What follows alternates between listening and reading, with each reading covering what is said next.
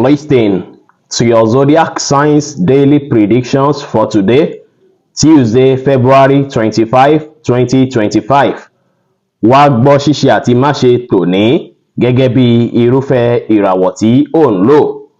Mo kí Ọlọ́run Ọba, mo ṣèbà Olódùmarè, ìbà akọ́dá ayé, ìbà ṣẹ̀dá ọ̀run, mo ṣèbà Ọ̀rúnmìlà, atórí ẹni tí ò sunwọ̀n ṣe, ojúbọ ọkùnrin, ojúbọ obìnrin.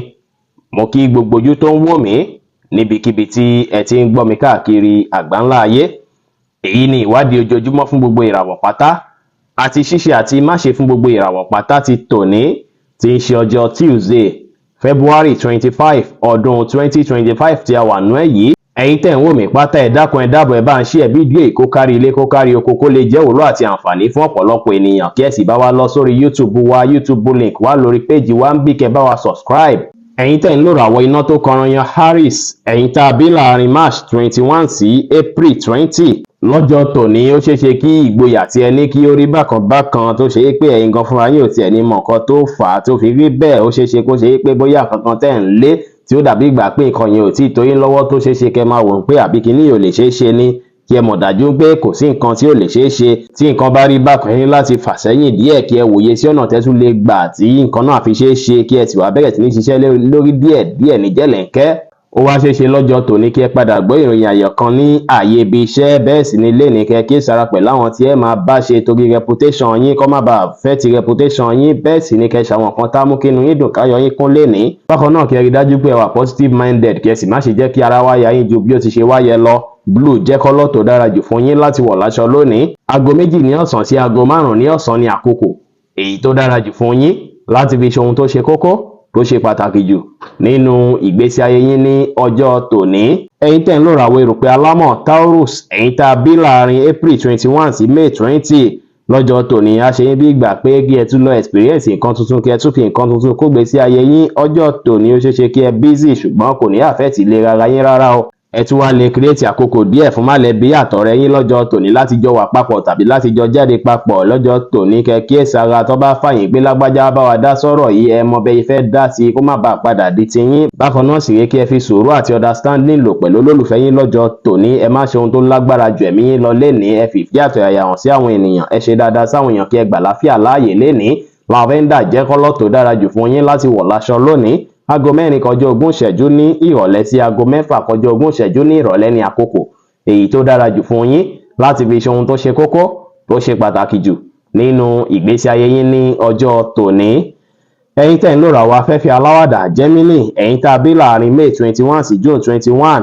Lọ́jọ́ tòní ó ṣeéṣe kó ṣe yín bí ìgbà pé kí ẹ máa ro àròkàn nípa ìgbésí ayé yín, kí ẹ tún fẹ́ mọ̀ sí dáadáa nípa ara yín. Ẹ lè wà introspective lénìí. Ó sì jẹ́ pé ó ṣeéṣe kí ara yín má fẹ́ yá gágá látàrí pé ti ṣiṣẹ́ kárakára látijọ́ mẹ́ta, tó sì ṣe pé lénìí ó dára kí ẹ lò ó ní ààyè ilé, kí ẹ fi enjoy ara yín, kí ẹ relax. Bẹ́ẹ̀ sì ni ó ṣeéṣe kí ire owó kí ó lékè nkà kó wọlé dáadáa fún yín lọ́jọ́ tòní. Bákan náà sì ó ṣeéṣe káwọn gbèsè kan kúrò lọ́rùn yín, kẹsàn àwọn gbèsè kan lénìí. Àwọn tó bá wá jáde nínú yín tó ṣaláìsí nínú yín, ó ṣeéṣe kó ṣalábàápàdé àwọn ènìyàn pàtàkì níbikíbi tí wọ́n bá lọ lọ́jọ́ tòní, tí èyí sì máa bí kí ìbáṣepọ̀ wọn tún dán mọ́rán. Bákan náà sì rí tẹ́ bá fẹ́ bẹ̀rẹ̀ nǹkan tuntun èyíkéyìí lọ́jọ́ tòní, ẹ rí dájú pé ẹ béèrè àmọ̀ràn lọ́dọ̀ ẹni tó ti lẹ́sìpírẹ́ǹsì dáadáa nípa rẹ̀, kó má bàa di pé padà fẹ́ kábàámọ̀ lórí rẹ̀. Ó kẹ́ wá ṣe dáadáa sáwọn èèyàn, kí ẹ báwọn èèyàn ṣe pẹ̀lú àwàdà àti ẹ̀rín, kí ẹ sì pọ́n tèwe tàgbàlé lọ́jọ́ tòní pẹ̀lú. Black jẹ́ kọ́lọ̀ tó dára jù fún yín láti wọ̀ láṣọ lónìí. Aago 5 ní ìrọ̀lẹ́ sí aago 6 ní ìrọ̀lẹ́ ní àkókò èyí tó dára jù fún yín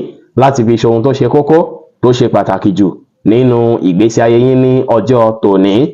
Ẹ̀yin tẹ́ ń lò ràwọ̀ omi agbára Cancer, ẹ̀yin tá a bí láàrin June 22 sí July 22. Lọ́jọ́ tòní ìròyìn tó fẹ́ gbalẹ̀ lọ́kàn yín ó ṣeéṣe kí ó fẹ́ fa kí ẹ wà distracted láyé iṣẹ́ yín lọ́jọ́ tòní. Ṣùgbọ́n kí ilẹ̀ tó ṣú ẹ máa padà wòye sí pé àwọn kan tẹ́tí ẹ fẹ́ ṣe kan ẹ ti fi gbogbo ẹ̀ láṣeyanjú. Lọ́jọ́ tòní sì rèé nípa ọ̀rọ̀ owó, ó ṣeéṣe kọjọ́ tòní dára, kẹríre gbámú dáadáa, kẹríre owó dáadáa lọ́jọ́ tòní.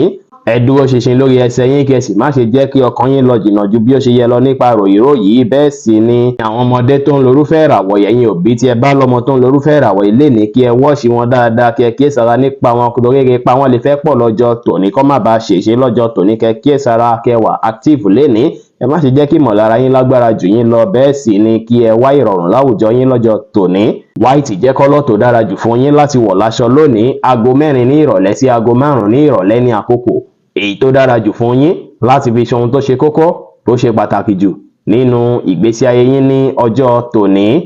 Ẹ̀yin tẹ́ ń lò ràwọ̀ iná tó gbóná riri Leo, ẹ̀yin tá a bí láàrin July 23 sí August 20, àsìkò ìgbafẹ́ la wà yìí, ẹ ní láti relax ara yín lọ́jọ́ tòní kí ẹ recharge ara yín. Ọjọ́ tòní òṣọjọ́ tí ẹ gbọ́dọ̀ wúṣẹ́ lórí kankan, bẹ́ẹ̀ sì ni lọ́jọ́ tòní ẹ lè express idea yín, àwọn nǹkan tẹ́ bá ń gbèrò fún dáadáa ẹ lè ṣàlàyé fún ènìyàn kan tó súnmọ́ yín bóyá àwọn náà máa ní interest nínú rẹ̀. Positive mindset tẹ́ bá ní lọ́jọ́ tòní á gbé yín borí gbogbo negativity èyíkéyìí pátá lọ́jọ́ tòní. Bẹ́ẹ̀ sì ni tẹ́ bá ti rí nǹkan kan tẹ́ ti kówó lé tẹ́ ti invest lórí rẹ̀ látijọ́ mẹ́ta, ó ṣeéṣe kí ẹ ríre gbámú lórí rẹ̀ lénìí. Ó ṣeéṣe lọ́jọ́ tòní kí ènìyàn kan tó súnmọ́ yín kí ó fẹ́ mú ọ̀rọ̀ owó kankan tẹ́yìn sì lè fẹ́ bí tension díẹ̀ láyìíká ilé yín lénìí. Ẹ wá rẹra yín ńlẹ̀, ẹ ṣe dáadáa sáwọn èèyàn kí ẹ sì kíyèsára pẹ̀lú ìbínú lọ́jọ́ tòní. Green jẹ́ kọ́lọ̀ tó dára jù fún yín láti wọ̀ láṣọ lónìí. Aago 3 ní ọ̀sán sí aago 5 ní ìrọ̀lẹ́ ní àkókò èyí tó dára jù fún yín láti fi ṣe ohun tó ṣe kókó tó ṣe pàtàkì jù nínú ìgbésí ayé yín ní ọjọ́ tòní. Ẹ̀yin tẹ́ ń lò ràwọ̀ erùpẹ̀ funfun Virgo, ẹ̀yin tá a bí láàrin August 23 sí September 23, ọjọ́ tòní máa jọ́jọ́ tó dára. Ó ṣeéṣe kí ẹ gbọ́rọ̀ yan ayọ̀ látọ̀dọ̀ ènìyàn kan bí ọ̀rẹ́ àbí àwọn tẹ́jọ́ ń ṣiṣẹ́ lọ́jọ́ tòní. Ó sì ṣeéṣe kí múdù yín dára bẹ́ẹ̀ tó ní máa fi jálẹ̀. Àwọn mìíràn tó wá ń lò ràwọ̀ yìí kì í ṣe gbogbo wọn. Ó ṣeéṣe kí ènìyàn kan fẹ́ hùwà kan lọ́jọ́ tòní tá fẹ́ ní òun fẹ́ fi yín jófin àbí òun fẹ́ test nǹkankan lára yín lọ́jọ́ tòní. Kí ẹ kíyèsára, kí ẹ ṣe prayer kí ẹ overcome rẹ̀. Ó ṣeéṣe kí ìfẹ́ bí stress díẹ̀ fún yín o lénìí, kí ẹ wá mọ́kàn balẹ̀, kí ẹ compose ara yín. Bákan náà sì rèé, kí ẹ má ṣe ní ẹ̀ẹ̀kanjú àbí yára pinnu lórí nǹkan tó jọmọ́ ọ̀rọ̀ owó kó má bàa dín pé ẹ pàdánù owó lọ́jọ́ tòní. Kẹ́ tẹpá mọ́ṣẹ́, kẹ́ ṣe dáadáa sáwọn èèyàn, kí ẹ rẹra yín lẹ̀, kí ẹ sì wà determine lórí ohunkóhun tí ẹ bá ń ṣe. Aago 3 ọ̀sán sí aago 4 ọ̀sán ní àkókò èyí tó dára jù fún yín láti fi ṣe ohun tó ṣe kókó tó ṣe pàtàkì jù nínú ìgbésí ayé yín lónìí, tí kọ́lọ̀ emerald green jẹ́ kọ́lọ̀ èyí tó dára jù fún yín láti wọ̀ láṣọ ní ọjọ́ tòní. Ẹ̀yin tẹ́ ń lò ràwọ̀ afẹ́fẹ́ márìmífín Libra, ẹ̀yin tá a bí láàrin September 24 sí October 23, kò ní sóhun tí ó máa dín yín lọ́wọ́ láti rí ìdùnnú lọ́jọ́ tòní. Ọjọ́ tòní ẹ máa rí ìdùnnú, ẹ máa rí ayọ̀, á sì hànú ìhùwàsí àti ìṣesí yín. Ẹ gbájúmọ́ṣẹ́ pẹ̀lú ìdùnnú yẹn, ìyẹn á jẹ́ kí ẹ ráṣeyọrí ṣe lọ́jọ́ tòní. Bákan náà sì yóò ṣeéṣe kí ẹ rírí owó dáadáa lọ́jọ́ tòní tẹ́ bá dá ṣiṣẹ́ yín, tó sì jẹ́ pé ìgbàgbọ́ ní kíkún tẹ nínú ara yín lásán ràn yín lọ́wọ́ ní ìhà abẹ̀ yẹn. Ó ṣeéṣe káwọn Libra míì, ó ṣeéṣe káwọn olólùfẹ́ wọn kó máa kanra bákan lọ́jọ́ tòní, tí èsì lè fẹ́ fún wọn ní stress díẹ̀. Ṣùgbọ́n kẹ́ ṣe sùúrù, èyí máa jẹ́ kí gbogbo nǹkan yẹn yanjú. Kẹ́ wá ní ìrètí pé gbogbo nǹkan ti dára, kẹ́ ní ìgbàgbọ́ ní kíkún nínú ara yín. Ẹ free mind yín, kẹ́ jẹ́ kára yín yá gágá lénìí. Aago 2 ní ọ̀sán sí aago 3 ní ọ̀sán ní àkókò èyí tó dára jù fún yín láti fi ṣe ohun tó ṣe kókó tó ṣe pàtàkì jù nínú ìgbésí ayé yín lónìí, tí kọ́lọ̀ deep blue sì jẹ́ kọ́lọ̀ èyí tó dára jù fún yín láti wọ̀ láṣọ ní ọjọ́ tòní. Ẹ̀yin tẹ́ ń lò ràwọ̀ omi tútù Scorpio, ẹ̀yin tá a bí láàrin October 24 sí November 22, ó ṣeéṣe kí ẹ feel lost, kó dàbí ìgbà pé ẹ̀ ń ronú ẹ̀rí nǹkan kan rò látàrí pé àwọn issue kéékèèké kan tó ti ṣẹlẹ̀ bóyá nípa relationship kan tí ẹ wà nínú rẹ̀, kí ìyẹn fẹ́ máa jà ròyìn lọ́kàn yín. Ẹ̀yin náà sì rí, ẹ ti lè finú tọ̀yàn jù nígbà mìíràn. Kẹ́ kíyèsára, kí ẹ rí dájú pé lọ́jọ́ tòní ẹ mọ̀yàn dáadáa ṣáájú kí ẹ tó finú tán wọn dáadáa lénìí. Bákan náà sì rí, ẹ má sì torí pé bóyá nǹkan tẹ́ ń rò kẹ́ wá síra yín mọ́lé. Ó dára kí ẹ báwọn èèyàn ṣe, kí ẹ jáde lọ, kí ẹ báwọn èèyàn ṣe pẹ̀lú ìfẹ́ lọ́jọ́ tòní. Pàápàá tẹ́ bá wà láwùjọ àwọn ọmọdé, ìyẹn á ràn yín lọ́wọ́ lórí situation tẹ́ wà lọ́jọ́ tòní. Kẹ́ wá wà àtàlà àti ènìyàn kan lè fẹ́ wáìnì yín bákan lọ́jọ́ tòní. Kẹ́ kíyèsára, ẹ má báyàn dáṣẹ́pọ̀ rárá lọ́jọ́ tòní láláì jẹ́ pé ẹ béèrè advice lọ́wọ́ àwọn ènìyàn. Bẹ́ẹ̀ sì ni kí ẹ kíyèsára pẹ̀lú ojú àánú lọ́jọ́ tòní. Kí ẹ má ṣàṣejù lórí ohunkóhun, kí ẹ sì má jẹ́ kára ya yín ju bó ṣe yẹ lọ lórí ohunkóhun lénìí. Aago 5 ìrọ̀lẹ́ sáago 6 ìrọ̀lẹ́ ní àkókò èyí tó dára jù fún yín láti fi ṣe ohun tó ṣe kókó tó ṣe pàtàkì jù nínú ìgbésí ayé yín lónìí, tí kọ́lọ̀ sea green sì jẹ́ kọ́lọ̀ èyí tó dára jù fún yín láti wọ̀ láṣọ ní ọjọ́ tòní. Ẹ̀yin tẹ́ ń lò ràwọ̀ inú àtùpà Sagittarius, ẹ̀yin tá a bí láàrin November 23 sí December 22, ó ṣeéṣe kí ó máa dàbí ìgbà pé ẹ fẹ́ wá ipò padà fún ìgbésí ayé yín lọ́jọ́ tòní. Ó ṣeéṣe kí ẹ máa wòye sí àwọn nǹkan tẹ́ ń ṣe tẹ́lẹ̀tẹ́lẹ̀ àbí ọ̀nà tẹ́ ń gbé nǹkan gbà tẹ́lẹ̀tẹ́lẹ̀, kí ẹ fẹ́ wá ipò padà lé lórí. Ẹ lè mú àwọn nǹkan tí ó ti dàbí ìgbà pé ó ti hold tẹ́ ń ṣe tẹ́lẹ̀tẹ́lẹ̀, kẹ́ pátì sẹ́gbẹ́ kan. kí ẹ wá wòye sí nǹkan tó tún gbábàámu tó jẹ́ tìgbàlódé kí ẹ lò lórí iṣẹ́ àbí lórí ohunkóhun ìgbésí ayé yín lọ́jọ́ tòní. Ìyẹn máa ran ìgbésí ayé yín lọ́wọ́ lọ́jọ́ tòní. Bákan náà sì rèé, ó ṣeé ṣe kí àlejò kan wá yín wá lọ́wọ́ ìrọ̀lẹ́ tó sì lè fẹ́ dàfẹ́ ti pílànù tẹ́ ní lọ́jọ́ tòní tẹ́lẹ̀. Ẹ bá àwọn èèyàn sọ̀rọ̀ pẹ̀lú ìfẹ́, kẹ́ ṣe dáadáa sáwọn èèyàn lónìí. Bẹ́ẹ̀ sì ni kí ẹ ṣe nǹkan yín láàárọ̀ ọ̀tọ̀ láàárọ̀ ọ̀tún lénìí ló dára. Orange jẹ́ kọ́lọ̀ tó dára jù fún yín láti wọ̀ láṣọ lónìí. Aago 3 ní ọ̀sán sí aago 4 kọjá 30 ìṣẹ́jú ní ìrọ̀lẹ́ ní àkókò èyí tó dára jù fún yín láti fi ṣe ohun tó ṣe kókó tó ṣe pàtàkì jù nínú ìgbésí ayé yín ní ọjọ́ tòní. Ẹ̀yin tẹ́ ń lò ràwọ̀ erùpẹ̀ eléruku Capricorn, ẹ̀yin tá a bí láàrin December 23 sí January 19, ó ṣeé ṣe kí iṣẹ́ yín wà stressful bákan lọ́jọ́ tòní. Ó sì ṣeé ṣe kó nílò kí ẹ gbájúmọ́ dáadáa, kí ẹ fún ní full attention. Bẹ́ẹ̀ sì ni ó dára púpọ̀ kí ẹ gbájúmọ́ iṣẹ́ dáadáa lọ́jọ́ tòní. Ẹ lè máa nílò ìrànlọ́wọ́ kan látọ̀dọ̀ olólùfẹ́ yín tàbí alásùnmọ́ yín, ó dára bẹ́ẹ̀, kò sí wàhálà.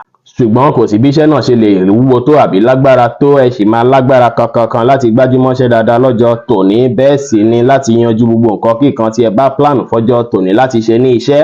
Ẹ̀yin tẹ́ wá jẹ́ òbí tí ọmọ yín kan lórúfẹ́ ìràwọ̀ yìí, kí ẹ wọ́ṣẹ́ ọmọ náà dáadáa látàrí pé ó ṣeé ṣe kó ní injury látàrí erépá tó máa pọ̀ fún wọn lọ́jọ́ tòní. Kẹ́ wá ṣe dáadáa sáwọn èèyàn, kí ẹ pàṣírí mọ́ lórí ọ̀pọ̀ nǹkan tí ẹ bá ń gbàlérò fún dáadáa kó lè já sáyọ̀ kó já síre. Bẹ́ẹ̀ sì ni aago 1 ní ọ̀sán sí aago 3 ní ọ̀sán ní àkókò èyí tó dára jù fún yín láti fi ṣe ohun tó ṣe kókó tó ṣe pàtàkì jù nínú ìgbésí ayé yín lónìí, tí kọ́lọ̀ sapphire blue jẹ́ kọ́lọ̀ èyí tó dára jù fún yín láti wọ̀ láṣọ ní ọjọ́ tòní. Ẹ̀yin tẹ́ ń lò ràwọ̀ afẹ́fẹ́ oníbínú Aquarius, ẹ̀yin tá a bí láàrin January 20 sí February 19, ó ṣeé ṣe kí ìgboyà yín má fi bẹ́ẹ̀ lè kẹ̀ǹkà. Ẹ̀yin tẹ́ tí ń ṣiṣẹ́ oṣù, ó ṣeé ṣe kí ọ̀gá yín tàbí àwọn senior yín kan dá iṣẹ́ kan lẹ̀ fún yín lénìí tó ṣe pé ẹ̀yin náà lè máa fẹ́ mójútó. Ẹ wá kíyèsára tí ẹ bá mójútó, kí ẹ rí dájú pé identify àwọn nǹkan tí ó ṣẹlẹ̀, ibi tí nǹkan náà ti ní issue, kí ẹ wá mójútó pẹ̀lú ọpọlọ pípé lọ́jọ́ tòní. Ìyẹn máa ràn yín lọ́wọ́ láti borí gbogbo difficulty èyíkéyìí tí ẹ bá kojú níbi iṣẹ́ lénìí. Títí tẹpámọ́ṣẹ́ tẹ̀ ń tẹpámọ́ṣẹ́ á sì padà bí oore. Bẹ́ẹ̀ sì ni ẹ má yára pinnu àbí kánjú gbègbèsẹ̀ lórí ohunkóhun tó jọ mọ́ ọ̀rọ̀ owó lọ́jọ́ tòní. Ènìyàn kan rèé tó ṣe é pé látijọ́ mẹ́ta ẹ ti ní issue, ó ṣeé ṣe kí irúfẹ́ ẹni bẹ́ẹ̀ kó fẹ́ wá bí issue yín ṣe fẹ́ yanjú lọ́jọ́ tòní o. Kò sí problem, kí ẹ̀yin náà fàyè gbà bẹ́ẹ̀, kí àlàáfíà jọba láàrin yín. Ẹ má ṣe kánjú ju bó ṣe yẹ lọ lórí ohunkóhun. Bẹ́ẹ̀ sì ni kẹ́ ṣe nǹkan yín létòlétò, kẹ́ mú sùúrù lò, kẹ́ sì gbà àlàáfíà láàyè lénìí. Gbogbo àkókò tá a wà látòwúrọ̀ ṣáájú aago 3 làkókò tó dára jù fún yín láti fi ṣe ohun tó ṣe kókó tó ṣe pàtàkì jù nínú ìgbésí ayé yín lónìí, tí kọ́lọ̀ orange sì jẹ́ kọ́lọ̀ èyí tó dára jù fún yín láti wọ̀ láṣọ ní ọjọ́ tòní. Ẹ̀yin tẹ́ ń lò ràwọ̀ omi tí kì í ru Pisces, ẹ̀yin tá a bí láàrin February 20 sí March 20, ìrònú àròjù lórí àwọn kùdìẹ̀kudiẹ tó ń ṣẹlẹ̀, ó ṣeé ṣe kí ó fẹ́ jẹ́ kí ẹ fẹ́ máa weak, bákan kí spirit yín máa weak. Ẹ jẹ́ kára yín yá gágá, kí ẹ maintain positive outlook. Ẹ jìnnà sí ọtí mímu pátápátá lọ́jọ́ tòní kó má bàa ṣàkóbá fún ìlera ara yín, pàápàá internal organ yín. Inú yín á dùn, ayọ̀ yín á kún lọ́jọ́ tòní. Àwọn tó jẹ́ ṣiṣẹ́ náà wọ́n á rí iṣẹ́ ṣe lọ́jọ́ tòní, tínú wọn máa dùn, táwọn èèyàn sì máa recognize wọn dáadáa lọ́jọ́ tòní. Àwọn èèyàn máa tún nífẹ̀ẹ́ yín dáadáa pẹ̀lú ìhùwàsí àti ìṣesí yín lọ́jọ́ tòní, látàrí pé ẹ máa wà somehow calm lénìí, ẹ sì máa lọ jẹ́jẹ́ yín lọ́jọ́ tòní. Èyí tún sì lè jẹ́ kí ẹ rí olùrànlọ́wọ́ gan lọ́jọ́ tòní pẹ̀lú. Kí ẹ wá fi ìgboyà ṣe ohunkóhun lénìí, kí ẹ sì wà authentic. Ẹ wù ọmọlúàbí dáadáa lọ́jọ́ tòní. Èyí máa jẹ́ káwọn èèyàn tún admire yín dáadáa sí i. Bẹ́ẹ̀ sì ni lénìí ẹ má dá sọ́rọ̀ tí wọn pè é sí àbẹ́ tí ó kàn yín, kí ẹ rẹra yín lẹ̀, kẹ́ sì ṣe dáadáa sáwọn èèyàn ló dára. Aago 4 kọjá 30 ìṣẹ́jú ní ìrọ̀lẹ́ sí aago 6 ní ìrọ̀lẹ́ ní àkókò èyí tó dára jù fún yín láti fi ṣe ohun tó ṣe kókó tó ṣe pàtàkì jù nínú ìgbésí ayé yín lọ́jọ́ tòní, tí kọ́lọ̀ violet sì jẹ́ kọ́lọ̀ èyí tó dára jù fún yín láti wọ̀ láṣọ ní ọjọ́ tòní.